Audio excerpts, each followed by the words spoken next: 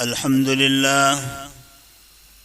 لله رب العالمين، والصلاة والسلام على سيد الأنبياء والمرسلين نبينا محمد وعلى آله وأصحابه أجمعين.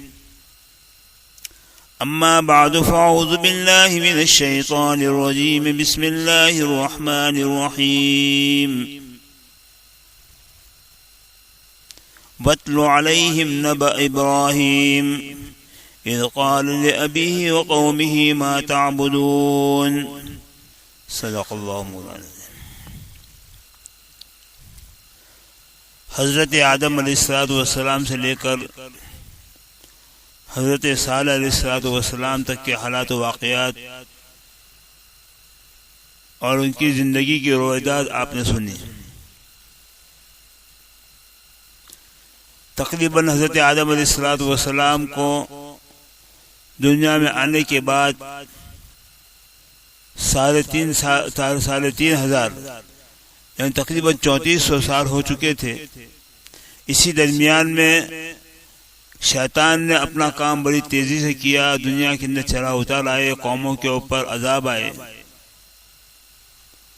پھر حضرت صالح علیہ السلام کے بعد دنیا کے حالات پھر بگڑ گئے، اور پوری دنیا میں جہاں تک انسان بستے تھے وہاں تک لوگ بتوں کی پوجا پاٹ کرنے لگے، خدا کو بھول چکے تھے، اور ہر قسم کی بغاوت، ظلم و استبداد، بربریت لوگوں میں آ چکے تھے.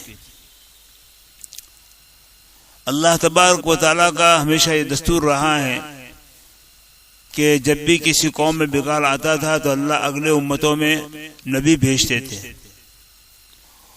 لوگوں کی اصلاح کے لیے وہ محنت کرتے تھے. ان کی محنت کا جو نتیجہ ہوتا تھا اس کے بعد باقی قوم کو ہلاک کر دیا جاتا تھا.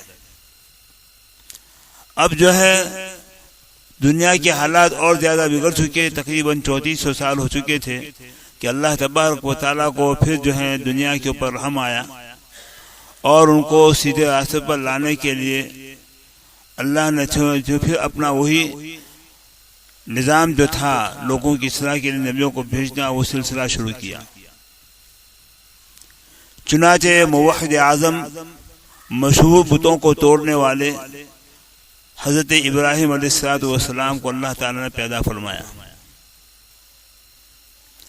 دیکھیے، ایک بات یاد رکھیے کہ دنیا کا لیڈر بننے کے لیے، دنیا کا بڑا بننے کے لیے آدمی ہر قسم کے حیلے حوالے کر کے کامیاب ہو جاتا ہے. کہیں تو جھوٹ اور مکاری کے ذریعے سے لیڈر بن جاتا ہے، پیسوں اور نقل کے ذریعے سے انسان جو ڈگریاں حاصل کر لیتا ہے. لیکن یہ ڈگریاں اور لیڈری کچھ کام نہیں دیتی. لیکن جو بندہ اللہ سے قریب ہوتا ہے، اللہ کا نیک بندہ بنتا ہے، تو اللہ تعالیٰ اس کو واقعتاً دنیا میں بڑا مقام دے دیتے ہیں. لیکن ایسوں کو بڑی بڑی آزمائشوں سے گزرنا پڑتا ہے. اللہ تبارک و تعالیٰ جو آدمی اللہ سے محبت کا دعویٰ کرتا ہے اور اللہ کو ماننے کا اعلان کرتا ہے تو اللہ تعالیٰ اس کو ویسے ہی نہیں چھوڑ دیتے ہیں. حسب الناس ان يتركوا وقالوا آمنا وهم لا يفتنون. جو آدمی یہ دعویٰ کرے کہ میں ایمان والا ہوں، میں اللہ کو ایک مانتا ہوں، تو اللہ تعالیٰ فرماتے ہیں کہ اللہ اس کو ویسے ہی نہیں چھوڑ دیتا ہے، بلکہ اس کی آزمائش کرتا ہے کہ یہ اپنے دعوے میں کتنا سچا ہے. ٹھوک بجا کر اس کو جو پرکھا جاتا ہے، اور اللہ کو پرکھنے کی کوئی ضرورت نہیں، وہ تو جانتا ہے دیکھو، لیکن مخلوق کو بتاتا ہے کہ واقعتاً یہ آدمی میری محبت میں سچا ہے. جیسے پہلے زمانے میں، اب تو جو مٹکوں کا رواج بھی نہیں چل رہا، لیکن جو پھر بھی چلتے ہیں، تو عورتیں مٹکا لیتے تھے تو ٹھوکتی تھی، بجاتی تھی، پھر اس کے بعد اس کو خریدتی. ایسے اللہ تعالیٰ ٹھوک بجا کر دیکھتے ہیں میرا بندہ کیسا ہے. آج ہم یہ سمجھتے ہیں کہ ہم ایمان والے ہیں، بس ایمان کا دعویٰ کر لیا، کلمہ پڑھ لیا، اللہ کی مدد شروع ہو جائے گی. نہیں، ابھی تو آزما ہے، اور اللہ تعالیٰ خوب آزماتے ہیں. وَلَقَدْ فَتَنَّا الَّذِينَ مِن قَبْلِهِمْ وَلَيَعْلَمَنَّ اللَّهُ الَّذِينَ صَدَقُوا وَلَيَعْلَمَنَّ الْكَاذِبِينَ. اللہ تعالیٰ نے پہلوں کو بھی بہت آزمایا. چنانچہ اللہ تبارک و تعالیٰ کو حضرت ابراہیم علیہ السلام کو منصب امامت یعنی پورے انسانیت کا بڑا بنانا تھا، اور ان کو امامت سے مراد پوری دنیا کے لوگوں کی رہنمائی اور رہبری کا عہدہ منصب عطا فرمانا تھا، جس کو آج ہماری زبان میں لیڈر ہی کہتے ہیں۔ لیکن دنیا کی ڈگریاں حاصل کر کے آدمی لوگوں کے دلوں میں جگہ نہیں پاتا ہے، لیکن جو آدمی اللہ کے نزدیک بڑا بنتا ہے لوگوں کے دلوں میں اس کو جگہ مل جاتی ہے۔ چنانچہ اللہ نے حضرت ابراہیم علیہ السلام سے کہا انی جاعلک للناس اماما، میں پوری انسانیت کا تم کو للناس کہاں، للمومنین نہیں کہا، بلکہ پوری انسانیت کا امام بناؤں گا۔ چنانچہ آج دیکھیں دنیا کی کوئی قوم کوئی فرقہ ایسا نہیں ہے جو حضرت ابراہیم کو اپنا بڑا نہ مانتا ہو، چاہے وہ برہمن ہو، چاہے ہندو ہو، چاہے یہودی ہو، چاہے نصرانی ہو، چاہے مسلمان ہو، ہر ایک ان کو اپنا بڑا مانتا ہے اور دل کی گہرائیوں میں حضرت ابراہیم کو جگہ دیتا ہے۔ یہ کیوں؟ جب بندہ اللہ کا مقبول بنتا ہے تو اللہ تعالیٰ لوگوں میں اس کو مقبول بنا دیتا ہے۔ اس سے بڑا بننے کے لیے دعووں کی ضرورت نہیں، دعوے کام نہیں دیتے بلکہ عمل کام دیتا ہے۔ حضرت ابراہیم علیہ السلام کو اللہ تبارک و تعالیٰ نے یہ پیغام سنا دیا اور یہ تمغہ دے دیا کہ انی جاعلک للناس اماما، میں تم کو جو ہے لوگوں کا رہبر اور پیشوا بناؤں گا۔ چنانچہ حضرت ابراہیم علیہ السلام پیدا ہوئے بابل کے علاقے میں، جو عراق کا مشہور شہر تھا اس زمانے میں، اور یہ تقریباً بہت سے نبیوں کا مرکز بھی بن چکا ہے۔ اسی جگہ پر آپ پیدا ہوئے۔ آپ جس گھرانے میں آپ نے آنکھ کھولی تھی، جس گھرانے میں آپ پیدا ہوئے تھے، وہ پورا گھرانہ اور پوری بستی اور پورا علاقہ کفر اور شرک اور بت پرستی سے بھرا ہوا تھا۔ کوئی بھی اللہ کو ایک ماننے والا نہیں تھا۔ اللہ کو ماننے والے تھے، اسی کو تو مشرک کہتے ہیں کہ اللہ کو مانے اور اس کے ساتھ دوسروں کو شریک کرے۔ تو مشرکین سے بھرا ہوا تھا پورا علاقہ، اور خود آپ کے گھر میں آپ کا باپ فقط بت پرست تھا، اتنا ہی نہیں تھا، وہ مورتیوں کی پوجا بھی کرتا تھا، لیکن ساتھ ساتھ وہ مورتیاں بناتے بھی تھے، اور بناتے ہی نہیں تھے بلکہ اس کو بیچتے تھے، اپنے خداؤں کو بیچتے تھے۔ وَإِذْ قَالَ إِبْرَاهِيمُ لِأَبِيهِ آزَرَ أَتَتَّخِذُ أَصْنَامًا آلِهَةً، جب حضرت ابراہیم علیہ السلام کے اندر ہوش و آواز پیدا ہوئے اور آپ سن رشد کو پہنچے، وَلَقَدْ آتَيْنَا إِبْرَاهِيمَ رُشْدَهُ، تو اللہ سن رشد کو پہنچے یعنی سمجھداری کے عمر کو پہنچے، تو حضرت ابراہیم علیہ السلام نے اپنے گھر میں، خاندان میں، علاقے میں چاروں طرف نظر دوڑائی تو دیکھا کہ یہ تو کوئی خدا کو ماننے والے نہیں، اپنے ہاتھوں سے مورتیاں بناتے ہیں، اپنے ہاتھوں سے اس کو بیچتے ہیں، اور اپنے ہاتھوں سے اس کا ناک کا ہاتھ بناتے ہیں، اور اسی کے سامنے اپنا سیدھا اپنے پیشانی کو ٹیکتے ہیں۔ بڑی جو ہے گمراہی کے اندر لوگ پھنسے ہوئے۔ چنانچہ آپ کا باپ آزر بھی تھا، آپ کا باپ آزر تھا یا ان کا نام تاریخ تھا، اس کے اوپر بڑی لمبی چوڑی بحث جو ہے علامہ قاضی ثناء اللہ پانی مدنی رحمۃ اللہ نے کی ہے، حضرت ابن کثیر میں بھی بیان کیا ہے۔ بہرحال قرآن پاک نے تو آپ کے باپ کی نسبت آپ کی طرف کی ہے۔ وَإِذْ قَالَ إِبْرَاهِيمُ لِأَبِيهِ، جب حضرت ابراہیم علیہ السلام نے اپنے باپ آزر کو کہا کہ آپ جو ہیں خود اپنے ہاتھوں سے مورتیاں بناتے ہیں اور اپنے ہاتھ سے اس کے کان، ناک، ہاتھ بناتے ہیں، اور اتنی عقل نہیں ہے کہ جس کو اپنے ہاتھوں سے گڑتے ہو، اگر اس کا ناک غلط بن جاتا ہے تو اس کو توڑ دے تو پھر دوسرا بناتے ہو، اور اسی کو اپنا معبود بنائے رکھے ہو۔ لیکن دیکھا کہ باپ بھی مخالف ہیں، خاندان والے بھی مخالف ہیں، کوئی آپ کا حمایتی نہیں، کوئی آپ کا مددگار نہیں، کوئی آپ کو پوچھنے والا بھی نہیں، پورا علاقہ، بلکہ یہاں تک کہ وقت کا ظالم بادشاہ نمرود جو تھا وہ بھی آپ کا مخالف بن گیا تھا، اور اس وقت کے بادشاہ فقط بادشاہ نہیں ہوتے بلکہ بادشاہ کے ساتھ اپنا خدا ہونے کا اعلان بھی کرتے تھے اور لوگوں کو خدا منواتے تھے ظلم کی بنیاد پر۔ یہ سارے حالات آپ کے اطراف میں بھرے ہوئے تھے، اور اسی دوران میں آپ نے جو ہے شرک سے برات کا اور توحید کے ماننے کا اعلان فرمایا۔ دوستو، ایمان کے لیے بھی ضروری ہے کہ شرک سے برات کا بھی اعلان ہو۔ اننی بریء مما تشرکون، حضور نے بھی اعلان فرمایا۔ آج جو ہے دوستو بلکہ ایک بھائی چارے کے غلط نعرے کی بنیاد کے اوپر شرک کی حمایت کرنے کھڑے ہو جاتے، مخالفت کرنے والوں کو پھنسا دیتے۔ دوستو ایمان اس کا نام نہیں۔ ایمان کا دعویٰ کرنا تو بڑی آسان چیز ہے، لیکن اس کو نبھانا بڑا مشکل معاملہ ہے۔ اللہ جسے توفیق دے، اللہ جس کے لیے آسان فرمائے۔ بہرحال حضرت ابراہیم علیہ السلام کے چاروں طرف کا ماحول کفر، شرک اور بت پرستی کا ماحول تھا۔ آپ کے گھر میں بھی شرک کی آگ سلگ رہی تھی۔ باپ خود آپ کا مخالف تھا، بلکہ دھمکیاں بھی دیتا تھا باپ۔ اتنی سخت چیز ہونے کے باوجود حضرت ابراہیم علیہ السلام نے پوری ہمت، شجاعت کے ساتھ اور اپنے پائے استقامت کو جو ہے برقرار رکھتے ہوئے پورے ہمت کے ساتھ شرک کی مخالفت کا اعلان کیا۔ اذ قال لأبيه وقومه ما تعبدون، اپنے قوم سے کہا کہ تم کس کی پوجا کرتے ہو جو نہ نفع پہنچا سکتے ہیں نہ نقصان پہنچا سکتے ہیں؟ اس کے اوپر کوئی پیشاب کر دے تو روک نہیں سکتا ہے، اس کو کوئی مار دے توڑ ڈالے تو کوئی کچھ نہیں، حرکت نہیں کر سکتا ہے۔ ایسی بے چان گونگی بہری چیزوں کی تم پوجا پاٹ کرتے ہو۔ اپنے باپ سے بھی کہا، قوم سے بھی کہا۔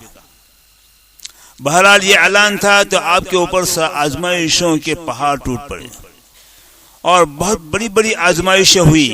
وَإِذِ ابْتَلَىٰ إِبْرَاهِيمَ رَبُّهُ بِكَلِمَاتٍ فَأَتَمَّهُنَّ، کلمات ان سے مراد کیا ہے اس کے بارے میں مفسرین نے بہت سے اقوال لکھے ہیں، لیکن بڑی بڑی آزمائشیں جو حضرت ابراہیم کی ہوئی، میں آپ کے سامنے اس کو کھولوں گا۔ سب سے پہلی آزمائش تو کیا تھی کہ آپ کا باپ، جو آپ کا حقیقی باپ تھا، مخالف، آپ نے خاندانی روایتوں کی پرواہ نہیں کی کہ چلو میرے باپ دادا اسی چیز کی پوجا کرتے ہیں میں بھی ان کے ساتھ ہو جاؤں۔ نہیں دوستو، ذرا شادی کا معاملہ آتا ہے تو خاندانی روایتوں کو سنت کے مقابل میں چھوڑنا ہمارے لیے آسان ہو جاتا ہے۔ کوئی نہیں کہتا کہ اللہ کے نبی نے نہیں کیا میں نہیں کروں گا، بیوی مانتی نہیں، لڑکا مانتا نہیں، دھمکیاں دیتا۔ نمک کھانے میں کم پڑا ہو تو اس کو طلاق دینے کے لیے تیار، اور اللہ کے نبی کی سنت ٹوٹ رہی ہو تو بھائی بیوی نہیں مانتی۔ میں تو کہا کرتا ہوں کہ بیوی نہیں مانتی، تو نہیں مانتا ہے۔ جب منوانا ہوتا ہے تو دھمکیاں دیتا ہے، اور اس کی بات کو ماننا ہوتی ہے تو اس کا بہانہ کر دیتے ہیں، لیکن خدا کے یہاں بہانے سے نہیں چلیں گے۔ تو بہرحال حضرت ابراہیم علیہ السلام نے خاندانی روایت کو نہیں دیکھا۔ باپ نے، قوم نے ہی کہا وجدنا آباءنا علیہ، ہم نے اپنے باپ دادا کو اسی پر پایا ہے، لہذا ہم اسی کے اوپر قائم رہیں گے۔ تو حضرت ابراہیم علیہ السلام نے کھل کر کہا کہ تمہارے باپ دادا گمراہ تھے، میرے پاس اللہ کی طرف سے وہ علم آیا ہے جس کی وجہ سے میں تمہاری رہنمائی کروں گا۔ انی قد جاءنی من العلم، میرے طرف سے اللہ کی طرف سے وہ علم آیا جس کی طرف میں رہنمائی کروں گا تمہاری، اور تم جو اللہ کی طرف پہنچ جاؤ گے۔ اللہ تک پہنچنے کے راستے یہ مورتیاں اور یہ بت نہیں ہیں۔ یہ حضرت ابراہیم علیہ السلام نے اعلان فرمایا۔ یہ اعلان کرنا بھی بڑی ہمت کی بات تھی۔ تنے تنا ہے، ایک اللہ کا سہارا ہے، مخلوق کا کوئی سہارا نہیں، لیکن ایک سہارے کی بنیاد پر سارے سہاروں کو حضرت ابراہیم نے چھوڑ دیا۔ بس میرا خدا مجھ سے راضی ہے تو وہ ظاہر نہیں کرے گا، یہ کہہ کر آپ نے محنت شروع کر دی۔ اور سب سے پہلے کس پر محنت کی؟ اپنے گھر والوں کے اوپر۔ علماء نے لکھا ہے کہ دعوت کا آغاز اپنے گھر سے ہوگا، اور خود حضور اقدس صلی اللہ علیہ وسلم سے بھی کہا گیا وَأَنذِرْ عَشِيرَتَكَ الْأَقْرَبِينَ، پہلے آپ اپنے رشتہ داروں کو اللہ سے ڈرائیے، پھر اس کے بعد پھر اس کے بعد آپ نے کہا یعنی مکہ والوں کو ڈرائیے، عبداللہ والوں کو ڈرائیے۔ تو ہمیشہ جو ہے اصلاح کی شروعات اپنے گھر سے ہوگی۔ آج ہمارے ہاں اصلاح کے لیے بڑی بڑی تنظیمیں بنتی ہیں، اور کیا کہتے ہیں بھائی لوگ بگڑ گئے اس کی اصلاح کرنی ہے، ہمارا گھر بگڑا ہوا ہے کوئی نہیں کہتا۔ تو ہم شروعات اصلاح کی دوسروں سے کرتے ہیں، اس لیے ہماری تحریک کامیاب نہیں ہوتی۔ پہلے اپنے گھر سے شروعات ہونی چاہیے۔ اس لیے علماء نے لکھا ہے کہ ایک دعوت دینے والا دین کے کسی بھی شعبے کی دعوت دے، اگر وہ اپنے گھر کو چھوڑ کر پوری دنیا کو چھان مارے گا تو اللہ کا مقرب نہیں بنے گا۔ اسے گھر میں تو اندھیرا ہے۔ تو حضرت ابراہیم علیہ السلام نے سب سے پہلے اپنے باپ سے شروعات کی، یا ابتی، اور کتنی شفقت کے ساتھ۔ مشرک کافر ہیں جیسا ہے ویسے نہیں۔ آج تو جو ہے ذرا آدمی کی ذرا دین سے لگا ہوتا ہے تو ماں باپ کو بھی دھمکا دیتے، خاندان والوں کو بھی دھمکا دیتے۔ حضرت ابراہیم علیہ السلام نے فرمایا یا ابتی، اے میرے ابا جان، شفقت اور محبت کے ساتھ کہہ رہے ہیں، آپ کو کوئی دھمکا نہیں رہے، یا ابتی، اے میرے ابا. اور یہ کہنا یہ خود شفقت کے جذبات کو جو ہے ابھارنے والا ہے، بیٹے کے اندر بھی باپ کے اندر بھی، کہ باپ کے اندر بھی شفقت کا جو ہے جذبہ ابھرے گا. اتنی شفقت کے ساتھ کہا اور آپ کو سمجھایا، قوم کو بھی سمجھایا اور قوم کے سامنے ساری باتیں رکھی. هل يسمعونكم ويضرون، آپ نے فرمایا جو سنتے بھی نہیں، تم کو فائدہ نقصان بھی نہیں پہنچا سکتے، نفع بھی نہیں پہنچا سکتے، ایسی چیزوں کو جو خدا کو چھوڑ کر تم ان کے سامنے جھکتے ہو. قوم کے اوپر اور باپ کے اوپر بھی بے انتہا آپ نے محنت کی، لیکن محنت کارگر نہیں ہو رہی تھی، اور لوگ سمجھنے کے بجائے اور زیادہ مخالفت پر اتر آتے تھے. اور اتنا بھی یاد رکھیں کہ کسی بھی قوم کی گمراہی کا سب سے بڑا سبب کیا بنتا ہے؟ قوم کے لیڈر بنتے ہیں، کیونکہ ان کو اپنی لیڈری خطرے میں نظر آتی ہے. تو اس زمانے کے جو کاہن، جوتش یا مذہبی پیشوا تھے، انہوں نے کہا کہ ابراہیم تو گمراہ کر دے گا. گمراہ لوگ کیا کہتے؟ تم کو گمراہ کر دے گا، اس کی بات کو مت مانو. تو لوگوں نے آپ کی مخالفت شروع کر دی. آپ پوری آبادی کے اندر، پورے شہر کے اندر تنہے تنہا رہ گئے، کوئی آپ کا ساتھ دینے والا نہیں تھا. لیکن حضرت ابراہیم نے یہ کہا کہ مجھے ساتھ دینے والا کوئی نہ ہو تو نہ ہو، میرا خدا میرے ساتھ ہے. یہ کہہ کر آپ برابر ہمت اور استقامت کے ساتھ لوگوں کو رائے راست پر لانے کی کوشش کرتے رہے. کوئی بھی آدمی سماجی اور اصلاحی کام کے لیے اٹھے تو اس کی نظر لوگوں پر نہیں ہونی چاہیے. لوگ استقبال نہیں کریں گے، لوگ گالیاں دیں گے، مخالفت کریں گے، گھروں میں جھگڑے پیدا کریں گے. اس وقت نظر اللہ کی ذات پر ہونی چاہیے کہ اگر مجھ سے اللہ راضی ہے تو پھر مجھے کسی کی پرواہ نہیں، اور اگر اللہ راضی نہ ہو تو ساری مخلوق بھی ساتھ میں ہوگی، کچھ کام نہیں دے. آج دنیا کے اندر دیکھتے ہیں، رات کو سوتا ہے وزیر ہوتا ہے اور صبح اٹھتا ہے تو وہ اسیر ہوتا ہے، قید میں ہوتا ہے نا. تو اللہ تعالیٰ کی قدرت میں ہے. تو حضرت ابراہیم علیہ السلام نے دیکھا کہ پوری قوم میری مخالفت کے اوپر کمر کسے ہوئے ہیں، پوری قوم مخالفت کرے، لیکن آپ نے اس کی پرواہ نہیں کی، کیونکہ سمجھتے تھے کہ میں خدا کے کام کو لے کر اٹھا ہوں، خدا میرے ساتھ ہوگا. چنانچہ جو قوم نے تو مخالفت کی، رفتہ رفتہ یہ بات وقت کے بادشاہ نمرود کے پاس پہنچی. اور نمرود جو ہے 400 سال سے حکومت کر رہا تھا، بڑا ظالم، بڑا جابر اور بہت ہی جو ہے سخت گیر آدمی تھا، کیونکہ پوری دنیا کی حکومت اس کے پاس تھی. علامہ ابن کثیر رحمۃ اللہ نے لکھا ہے کہ 4 بادشاہ ایسا گزرے جن کی حکومت پوری دنیا پر رہی ہے. اس میں 2 مومن تھے، 2 کافر تھے. 2 مومن کون؟ ایک حضرت سلیمان علیہ السلام اور دوسرے سکندر ذوالقرنین. یہ دونوں مومن بادشاہوں کی حکومت پوری دنیا کے اوپر رہی. اور کافر میں جو ہے یہ نمرود اور دوسرا بخت نصر جو حضرت موسیٰ کے بعد دنیا میں آیا تھا. یہ 2 کافر، ان کی حکومت پوری دنیا پر رہی. تو نمرود کے بعد جب یہ بات پہنچی کہ کوئی آزر کے گھر میں، حالانکہ آزر جو بت پرست بھی تھے اور ساتھ ساتھ جو ہے بادشاہ کے قریب رہنے والے تھے، تو بادشاہ نے کہا کہ اس کا باپ میرے اتنے قریب ہے اور اس کا بیٹا میری مخالفت کر رہا ہے، کہ خدا کوئی اور ہے، یہ تو نہیں ہے. ایک دم بھڑک گیا اور حضرت ابراہیم علیہ السلام کے خلاف سازشیں تیار ہونے لگی. اب اتنی بڑی دنیا کا مالک جو بادشاہ، اس کی سازشیں بھی کوئی کمزور تھوڑی ہوگی، اور اس کی پکڑ کو کمزور کو تھوڑی ہے. لیکن حضرت ابراہیم علیہ السلام پھر بھی ڈرے نہیں. بادشاہ تو کیا، وہ بھی اس کی جو ہے اس کا دل بھی اور اس کا جو ہے زندگی بھی خدا کے قبضے میں، وہ میرا کیا کر سکتا ہے. دوستو، جب انسان نیک کام لے کر اٹھتا ہے اور اس کے اندر ہمت و استقامت ہوتی ہے تو اسی کی بنیاد پر اللہ اس کو کامیابی دیتے ہیں. اور سب لوگ میری واہ بھی کریں، لوگ میری تعریف بھی کریں، لوگ میرا مانیں، تو پھر اللہ تعالیٰ لوگوں کے حوالے کر دیتا ہے، تو جانے اور لوگ جانے. حضرت ابراہیم علیہ السلام نے لوگوں کی مخالفت، بادشاہ وقت کی مخالفت کی کوئی پرواہ نہیں کی، اور یہ بھی نہیں سوچا کہ وقت کا بڑا بادشاہ جو اپنے آپ کو خدا بھی کہلواتا ہے، بڑی طاقت کا مالک ہے، بڑا ظالم ہے، جابر ہے، ایسی کوئی پرواہ نہیں کی، بلکہ آپ بلا خوف و خطر کے لوگوں کو برابر جو ہے ایک خدا کی وحدانیت کی طرف لوگوں کو بلاتے رہے اور بتوں کی اور شرک کی مخالفت کرتے رہے۔ فقط دعوت ایمان کی اتنا نہیں ہے بلکہ شرک کی مخالفت بھی کی، اور یہ نبی کے منشور میں ہوتا ہے، ان کے قاعدے میں ہوتا ہے کہ وہ حق کا نعرہ بلند کریں تو دوسری طرف جو ہے باطل کی مخالفت بھی کریں، یہ ضروری بھی ہے۔ اس لیے دوستو ہم ایمان والے ضرور ہیں، لیکن شرک اور کفر کی حمایتیں ہو رہی ہے مومن کی طرف سے، اور لوگ تماشائی بن کر دیکھ رہے ہیں۔ پھر ہم یہ کہیں کہ ہمارے ایمان کے اوپر اللہ کی مدد کیوں نہیں آتی ہے، تو دوستو مدد کے اسباب بھی تو نہیں ہے ہمارے پاس۔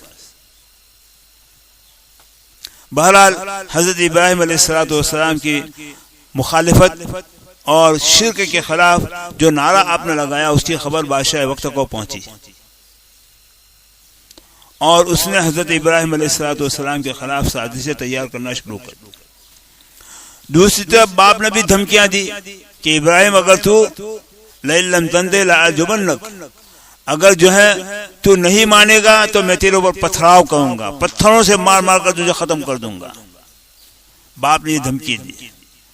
دوسری طرف قوم نے مخالفت کی، اور اتنا ہی نہیں باپ اور قوم تو جو ہے سمجھ ہی نہیں سکی، بعد میں ان کو سمجھ پڑی کہ حضرت ابراہیم جب چھوٹے تھے تو ان کا باپ ان کو مورتیاں بیچنے کے لیے بھیجتا تھا، تو حضرت ابراہیم اس کے پاؤں کے ساتھ رسی باندھ کر اس کو گھسیٹ کر جاتے، اور گویا بچپن ہی سے یہ بتا رہے تھے کہ جس کی تم پوجا پاٹ کر رہے ہو اس کی ذلت کا یہ حال ہے کہ میں اس کو گھسیٹ رہا ہوں، ذلیل کر رہا ہوں، لیکن یہ میرا کچھ نہیں بگاڑ سکتا۔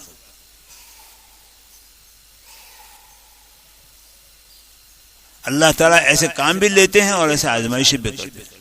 تو سب سے بڑی پہلی آزمائش حضرت ابراہیم کی کیا تھی کہ آپ نے جس گھرانے میں آنکھ کھولی، جس گھرانے میں آپ پیدا ہوئے، پورا گھرانہ کفر اور شرک کے اندر مبتلا تھا، بتوں کو بنانے والے، بتوں کو بیچنے والے، بتوں کو پوجنے والے تھے، اور حق کی مخالفت کرنے والے تھے، کوئی اللہ کا نام لینے والا نہیں تھا، اور جو ہے ہر طریقے سے قوم نے آپ کو ستایا، مارا کوٹا، سب کچھ کیا، لیکن حضرت ابراہیم علیہ السلام اور کوئی ظاہر میں کوئی حمایتی بھی نہیں تھا، کوئی دوست بھی نہیں تھا، کوئی مدد کرنے والا بھی نہیں تھا، لیکن پھر بھی ہمت ہارے نہیں۔ دوستو کوئی معمولی آزمائش نہیں ہے۔ آج اگر ہم کوئی نیک کام، کوئی اچھا کام کرتے ہوں، اچھی بات کہتے ہوں، اور خبر جائے پر میرے خلاف جو ہے نوٹس، میرے خلاف کوئی عرضی ہوئی ہے اور میرے خلاف ایف آر پھاٹی ہے، تو آدمی بیٹھ جاتا ہے۔ یہی اخلاص کے نہ ہونے کی علامت۔ آج ہماری تحریکیں کامیاب کیوں نہیں ہوتی کہ ہم لوگوں کے اوپر نظر کرتے ہیں کہ لوگ ہماری واہ واہ کرتے ہیں، نہیں کرتے، ذرا مخالفت شروع ہو گئی تو مجھے کیا؟ دوستو نہیں، اگر مخالفت شروع ہو گئی ہے اور پھر بھی ہمت کے ساتھ کام کرتے ہو تو دنیا میں مدد آئے گی، آخرت میں چھٹکارا ہو جائے گا۔ بنی اسرائیل کے اندر بعض علماء ایسے تھے کہ جو لوگوں کو برائیوں سے روکتے تھے۔ آج بھی لوگ کہتے ہیں کہ مول صاحب کو مانتو نے انشو گرو پھاڑا، ان کو بھی کہ کچھ لوگوں نے کہا، لیکن وہ مخلص تھے، تو انہوں نے کیا کہا، معذرت یا ربکم، ہم تو اس لیے کہہ رہے ہیں تو کم سے کم اللہ کے سامنے عذر تو ہو جائے گا کہ اللہ ہم نے تو روکا تھا، یہ نہیں روکے تھے۔ تو حضرت ابراہیم علیہ السلام کے سامنے پورا نقشہ تھا، تو ساری مخالفت کے باوجود آپ کا پائے استقامت کے اندر کوئی اضمحلال پیدا نہیں ہوا، کوئی کمزوری پیدا نہیں ہوئی، اور آپ برابر ہمت کے ساتھ کرتے رہے۔ اب جو ہے بادشاہ کے سامنے جب بات پہنچی تو بادشاہ کی طرف سے بلاوا ہوا۔ اب شکایتیں پہنچی تھی، حضرت ابراہیم کو معلوم تھا، تو گھبرا جانا چاہیے تھا، اتنا بڑا بادشاہ، لیکن آپ گھبرائے نہیں، بالکل نیڈر ہو کر، بے خوف و خطر، آپ تنے تنا، کوئی ساتھ میں نہیں تھا بچانے والا، سفارش کرنے والا، لاگوک کرنے والا کوئی نہیں تھا، آپ تنے تنا جانے کے لیے تیار ہو گئے، اور بادشاہ کے دربار میں آپ پہنچے۔ ایک آزمائش پہلے تو یہ خاندانی مخالفت، خاندانی ماحول وغیرہ کا تھا، اس ماحول سے آپ کامیابی کے ساتھ نکل گئے۔ اب دوسری آزمائش بادشاہ وقت کے سامنے پیشی ہوئی، اور اس پیشی کے اندر آپ کے ساتھ کیا معاملہ ہوا، کس طریقے سے بحث مباحثہ ہوا اور حضرت ابراہیم علیہ السلام کی طرف سے کیا اللہ کی طرف سے کیا مدد ہوئی، اس کی تفصیل انشاءاللہ آئندہ جمعہ میں آپ سنیں گے۔ وآخر دعوانا